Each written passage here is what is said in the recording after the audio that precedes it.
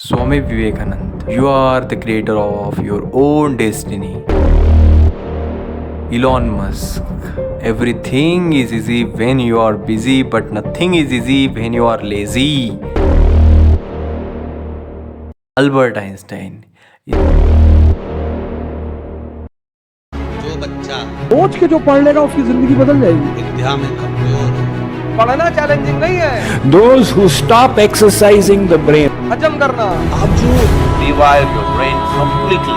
Brain को strong करने की बात कर रहे हैं, if you wish to have a good memory, 2 साल 3 साल 4 साल 5 साल पढ़ते हैं, इसको डेवलप ही नहीं करते।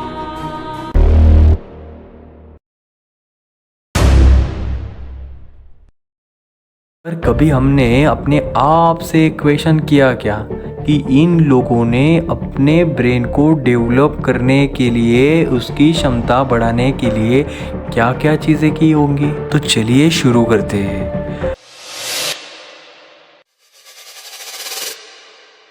लगभग 4000 से 5000 साल पुरानी बात है, जब कोई डॉक्टर नहीं था, जब कोई मेडिसिन नहीं थी, तब थे हमारे वैद्य जो मरीजों का इलाज करते थे।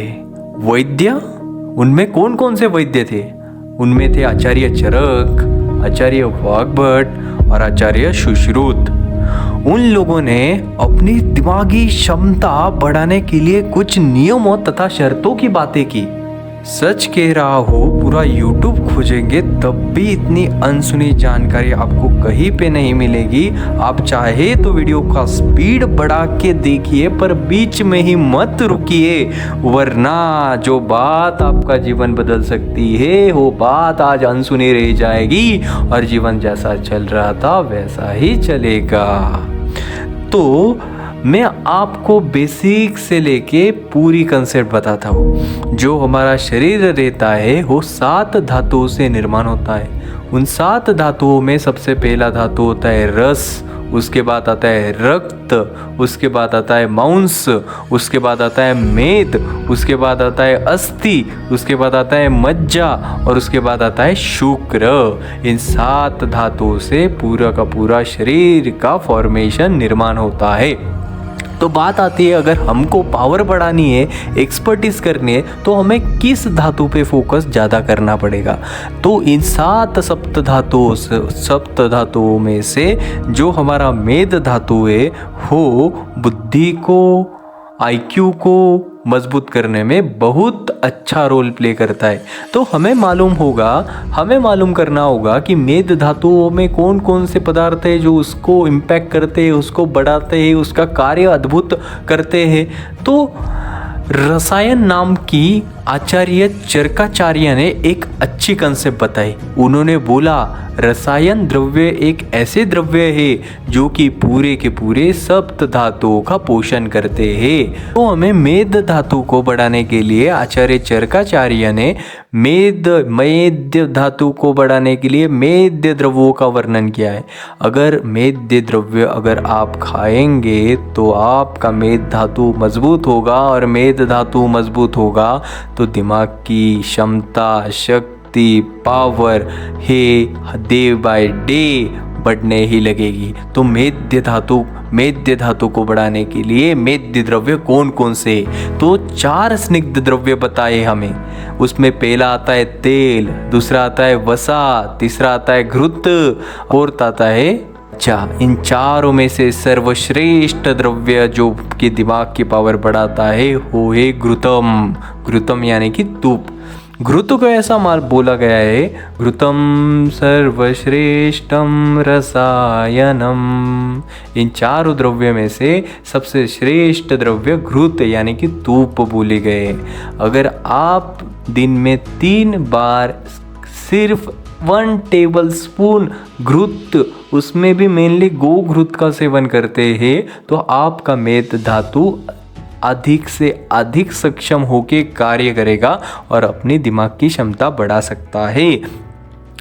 ये हुई पहली कंसेप्ट। अभी दूसरी कंसेप्ट पे हम आते हैं। आपके दोनों हाथ सामने लाइए, इन्हें टच कीजिए, तब भी आपकी दिमाग की पावर 100% से ज्यादा बढ़ सकती है। बात मालूम करनी होगी कि इन उंगलियों को टच करके हम अपनी ब्रेन की पावर कैसे बढ़ा सकते हैं।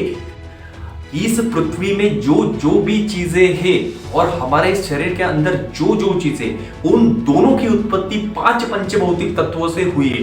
ये 5 पंचभौतिक तत्व यानी कौन कौन से हैं? पहले शुरुआत करते। पहला पंचभौतिक तत्व है पृथ्वी, दूसरा पंचभौतिक तत्व है आकाश, तीसरा पंचभौतिक तत्व है तेज, चौथा पंचभौतिक तत्व है वायु और पांचवा पंचभौतिक तत्व है आप यानी कि जल। अभी हम देखेंगे कि इन 5 उंगलियों की उत्पत्ति कौन से महाभूत से हुई है, कौन से 5 पंचभौतिक तत्वों से हुई है। अभी हम शुरू करते हैं इस वाली उंगली से। इसका निर्माण, इसकी फॉर्मेशन पृथ्वी महाभूत से हुए। कौन से महाभूत से हुए? पृथ्वी महाभूत के। मैं सारे कंसेप्ट बता रहा हूँ। कुछ हवे में बात करने से अच्छा है कि उसे ज्यादा से ज्यादा डिटेल में जानेंगे, जिसके कारण हमें सारे के सारे कंसेप्ट इजीली समझ में आएंगे। मैं क्या बोल रहा हूँ कि इस पंचभौतिक उंगली, इस उंगली में कौन सा पंचभौतिक धातु है? तो पृथ्वी है। इसमें है आप, इसमें है तेज, इसमें है वायु और इसमें है कौन सा बचा अभी? इसमें है हमारा आकाश। अभी देखते हैं हम कि पंच महाभूत जो है, कौन से अवयवों में कौन सा पंच महाभूत होता है, ये भी हम देखते हैं। दोस्तों, जो हमारी पृथ्वी महाभूत है उससे हमारे हार्ट यानी कि सारे के सारे कार्डियोवास्कुलर सिस्टम की निर्मित हुई है, ऐसा हमारा आयुर्वेद कहता है। दूसरी आप यानी कि क्या हम सोचेंगे कि कौन सा ऐसा ऑर्गन है? किडनीज जो है वो हमारे शरीर का फिल्ट्रेशन करती है। शरीर में जो जो टॉक्सिक केमिकल्स तैयार होते हैं उसको यूरिन के माध्यम से वो बाहर निकालती है, यानी कि जल से किडनी की निर्मित हुई है। तीसरी तेज महाभूत से इंटेस्टाइन की निर्मित हुई है। जब भी हमें कुछ खाने की इच्छा होती है तो हमें हमारे पेट में अग्नि होती है, उस अग्नि के कारण ही हम खा सकते हैं और खाने को पचा सकते हैं। ये सारी की सारी जो द्रव्य शक्ति है, ये सारी की सारी अद्भुत कल्पना है, ये तेज महाभूत से उत्पन्न होती है। चौथा महाभूत जो होता है वो हमारा होता है वायु से सारे के सारे रेस्पिरेटरी जो सिस्टम है हमारी, जिसमें लंग्स आते हैं, नॉस्ट्रिल्स आते हैं, ब्रोंकियोल्स आते हैं, ब्रोंकाई आते हैं।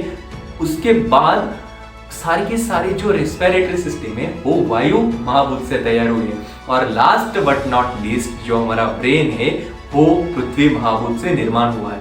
तो हमें कुछ कल्पनाओं से समझना होगा कि इन महाभूतों का ध्यान करना, इन महाभूतों का अभ्यास करना कितना महत्वपूर्ण है। जब भी हम हमारे इन दोनों हाथों को आमने सामने लाते हैं और टच करते हैं तो मेरे को आप एक खाली चीज बताइए, अगर मैंने इसको बार बार प्रेस किया तो कौन से ऑर्गन पे इंपैक्ट पड़ने वाला है? इससे पड़ने वाला है इंपैक्ट हमारे हार्ट पे। कौन से ऑर्गन पे पड़ने वाला है? हार्ट, क्योंकि इससे किसकी उत्पत्ति हुई?